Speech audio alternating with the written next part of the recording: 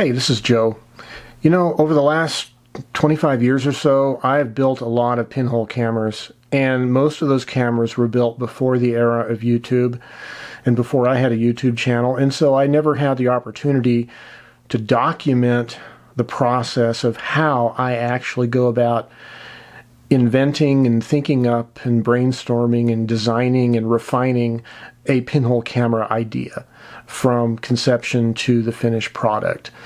But after last week's video about the 9 individual little film canister pinhole cameras that shoot little square images on Harman direct positive paper, I was starting to get interested in how would I improve that? How would I brainstorm a slightly better version of that system? Well, you get to experience my whole brainstorming conceptualization process of how I design a new pinhole camera. Stay tuned. Look at that. That is a little gem of a print. And if you saw my previous video about these little film canister pinhole cameras that use Harman direct positive paper, little 1 3/4 squares cut from larger sheets of paper, you'll know that these are little wonderful little gems of pinhole imagery because they represent a little palm-sized wonder. You stick it in the palm of your hand, you have a tiny little image, and when you look at it up close, it is so sharp. It's just as sharp as a lens image at this scale. I love the contrast and the tones, and it's just a very cool image. And these are wonderful little pictures. They're very intimate. It's just the antithesis of mural-sized photographs. This is just the opposite. This is very human scale. You have to get within inches of it to see it. This interests me a lot. I want to continue pursuing this idea of one-of-a-kind, direct positive, little tiny pinhole prints. But I'd like them to be just a little bit bigger. So I have shot a 4x5 inch format in Harman direct positive paper with pinhole cameras, and I like that size, but for some reason 4x5 is just big enough that it doesn't really seem intimate as these little prints do. And yet at times I think the 1 3/4 size here is just a little too small. And so I was thinking last week after I made that video about this pinhole camera kit update, I was thinking, okay, if I was going to make these a little bigger, what criteria would I use to do so? And well, one of the criteria that immediately came to mind is in terms of how to make the overall system, the pinhole camera as a system, how to optimize that. And what I mean by system is starting with the 8x10 sheets of photo paper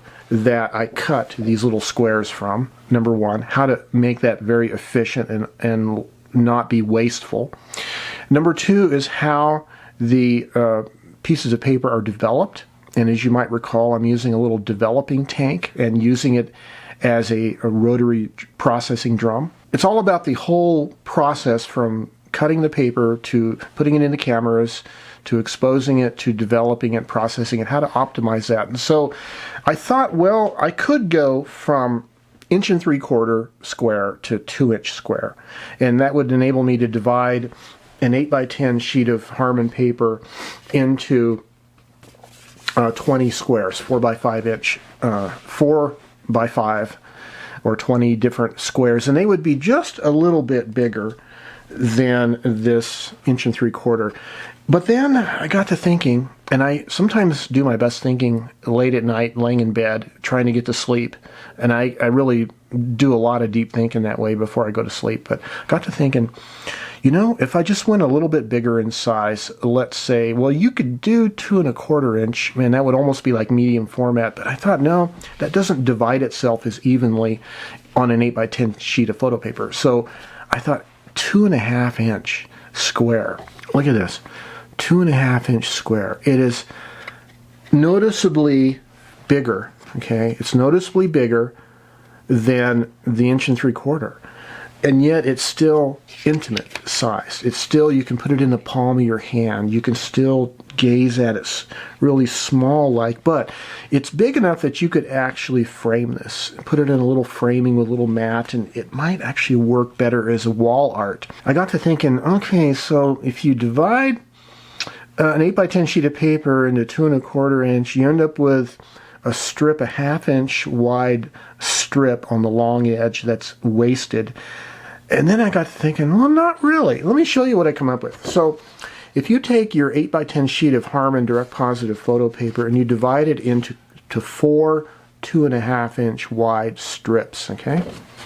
And then what you do with each 2 1/2 inch wide by 8 inch long strip of paper is I'm going to make, instead of individual little cameras, and by the way, 2 1/2 inch or even 2 inch paper is too big to put in one of these canisters. Their canisters are actually barely big enough for 1 3/4 inch. I'd have to build 9 or however many individual little cameras bigger than this to do the 2 1/2 inch size pictures. But I got to thinking, what if I built a camera that uses the strip of paper like this, and it does it like this? Let's imagine that we have a camera that we can slip this long horizontal strip of paper in, and we have these little 1/8 inch borders. There's an 1/8 inch border here and one here, and there's one between each of the individual photos, and those little dividers are made of 1/8 inch thick model aircraft plywood. And so you have a camera with 3 chambers and a slip of paper that slips in behind those 3 chambers, and the little walls, the 1/8 inch thick walls of the camera, divide up the picture evenly, so you have these 2 1/2 inch square images. And then I got to be thinking, well, with my 9 camera kit, I had to get 9 pinholes that were very, very precisely the same size, and the challenge was because I wanted the exposures to be the same. I didn't want to have a separate f-stop number for every camera. I wanted it to be very easy to do. Well, I'm going to have to do, with this system, I'd have to do 3 different pinholes that are essentially the same size, so my exposures would be consistently the same. But then I got to thinking, you know, there's an alternative way to do it, so I only need to use 1 pinhole for 3 different chambers. So some years ago, I made this oak plywood 4x5 format pinhole camera. It originally didn't have this rod going through the back. It actually had 2 little rotating wheels, wooden little discs, and it had a view screen, a ground glass view screen. But the whole thing is, it uses a shutter that you pull up the rod on the front, and the shutter is built into the back of the camera, into the inside of the camera. And so the pinhole is actually in front of the shutter, and the way you access the pinhole, you can actually replace the pinhole, and it does so by unscrewing one or both of these little thumb screws. And then when I pull the shutter up from the inside, I can push this plate out. So this little plate of 1/4 inch thick oak has the pinhole taped to the back of it. This is an F280 pinhole.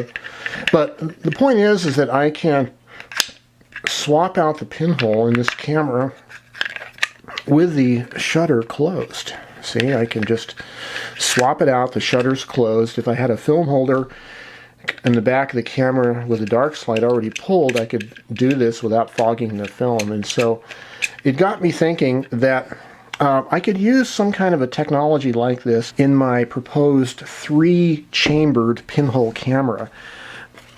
And so I could have 3 shutters, 1 for each section, and each shutter is an internal shutter, kind of like the way this works, right? It may not be a metal rod like the way this works. It might be just a slot and a flat piece of wood that pulls up and down. In the front of that will probably be a slot, and you'll have individual, you can put an individual pinhole, the same pinhole. You'll just move from one section to the other.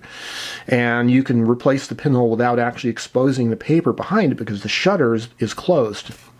So that was my idea. Now, here's what's interesting about this. I was talking about earlier about this being a system. So here is the little development tank that I use for my little Harman direct positive square prints, like, for instance, this one. And what I do for these individual prints that are exposed in the film canister pinhole cameras is I use a loop of blue painter's masking tape, and I tape the Harman pieces to the inside walls of the film developing tank, emulsion side facing in, of course. And I usually do 3 at a time. You could probably do 4, but it makes it a little easier just to do 3. And so these tanks are normally designed for metal reels of 35 millimeter film, and it was originally designed that you would fill the tank completely up, so like about 400 or 500 milliliters, and you would do processing like that.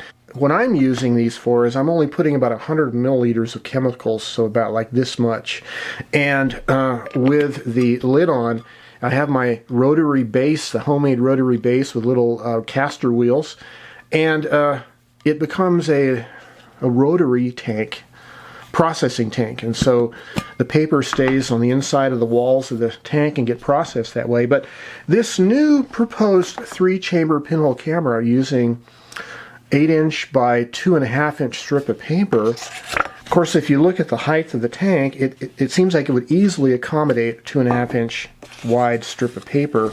And then, looky here, you put the 8-inch long strip of paper in here, and it looks like it would work fine. I wouldn't even need to put any tape on it to hold it in place. Just the length of it and the stiffness of the photo paper. Now, this is cardstock. I'm just simulating photo paper, but the stiffness of the fiber-based Harman direct positive paper, it would keep itself in place automatically, and you could process it and have 3 pictures already processed at once. And I think that's a really cool idea. This is starting to sound like I have a new pinhole camera project I'm going to be building, and the whole concept is built around a whole system to do 3 pictures at a time.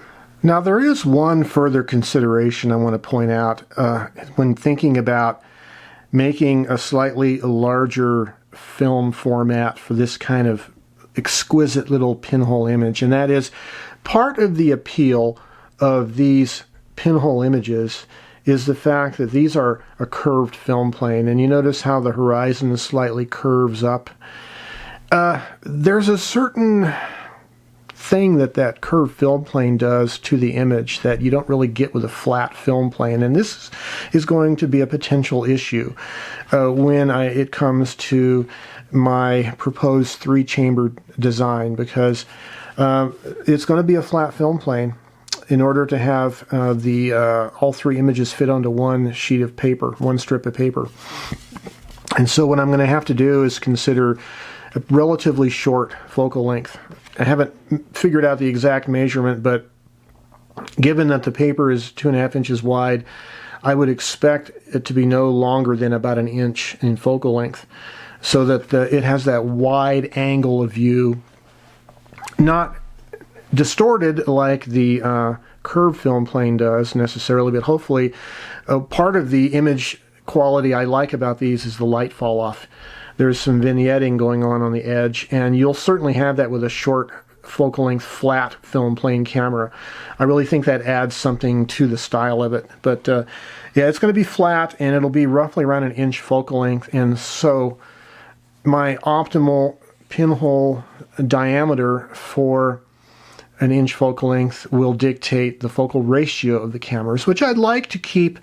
It'll be probably about the same as this. If you look upon the size of this canister from the one side where the pinhole is to the paper on the other, it's about 1 inch. So I would hope to keep the focal ratio somewhere around f128 like what these are. So one of the things that makes these little film canister pinhole cameras so practical is that I have 9 of them with nearly identical pinhole apertures.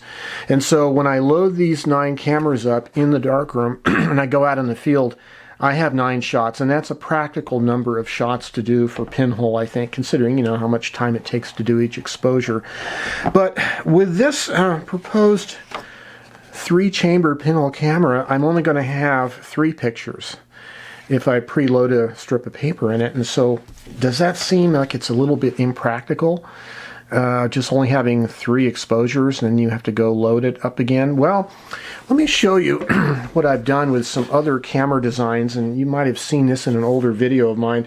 This is a box camera that shoots a 5x7 format, and it's made of foam core board, black gaffer's tape, and silver adhesive shelf liner kind of plastic film. But this is what I call a storage slot Pinhole camera. So the pinhole aperture is in the front of the camera here. This is the film plane where the paper is exposed. There's 2 little flaps here so I can show you here. These are the little flexible sheet magnets. There's one on each side here, and those hold the paper into place. So I'm actually cutting an 8x10 sheet of paper in half, so it's 5x8 inch sheet of paper, and there's a 1/2 inch border here on the ends where the magnets hold the paper down. So you have a 5x7 image area on a 5x8 sheet of paper. But anyways, the point I want to make here is behind the film plane you have a storage compartment, and I'm going to hold it up vertically so you can see it a little better. And the storage compartment is for exposed and unexposed sheets of paper negatives. And it has a divider that's a movable divider. You just decide ahead of time what side of the divider you want to have the unexposed paper on. And I think my convention, my personal convention, was to have the unexposed paper back here, and then you take a sheet there, load it at the film plane, and after you expose it, you then put that sheet in the front half section of the storage compartment, and then you grab another unexposed sheet, load it up here. And the point is that you use this box camera in a changing bag. So between every exposure, you have to go find a place to sit down to make a lap so you can put your hands in the changing bag on your lap with the box in it and then change out the paper. So I've actually used these kind of cameras. I actually had an 8x10 version of this that I shot up in Arches National Park. Actually hiked up the mountain to Delicate Arch with an 8x10 version of that camera. But my point is that I think I'm going to build a storage compartment slot in the back of this 3-chambered camera behind where the strip of paper sits, with a little movable divider kind of system. The difference would be between this proposed camera and this 5x7 camera is, with a 5x7 camera you have to reload after every shot, and that does become kind of a hassle. You do have to find a place to sit down every time you want to make a picture, or after you make a picture. But with this one, you only have to find a place to load the paper up after every 3 shots. So you'll load the camera, and then you can do 3 exposures, and then you have to find a place to sit down. So I think it's going to be practical. I think it'll be less of a hassle than having the box where you have to do it every single time. So with this proposed camera system, if I cut 4 strips of paper from an 8x10 inch sheet of Harman, and if I load the first strip in the camera before I leave the darkroom, I only have to reload 3 times out in the field to change out the other 3 strips. So I only have to find a place to sit down 3 times in order to get a total of 4 times 3 is 12 images. Now, one of my proposed camera designs I've never built yet, but it's in my sketch journal, was to build an arm sleeve into the back of a camera like this. So for instance, well, this one has the top of the camera opens up, but if you imagine something with the back of the camera, you'd have just a big arm sleeve hanging off, and you could have the camera on the tripod and you just put one arm in and then change it out. That works to a certain extent, okay, depending on the size and shape of your film. But when you have a long, skinny piece of paper like this, you might actually need 2 hands to fit it in that little slot behind the dividers that separate the camera sections. Can you imagine trying to do it with one hand and getting one corner hung up and trying to fiddle with it. I can just imagine it would be a hassle. So again, having a changing bag that has 2 arm sleeves enables you to use both hands, but you do have to find a place to sit down.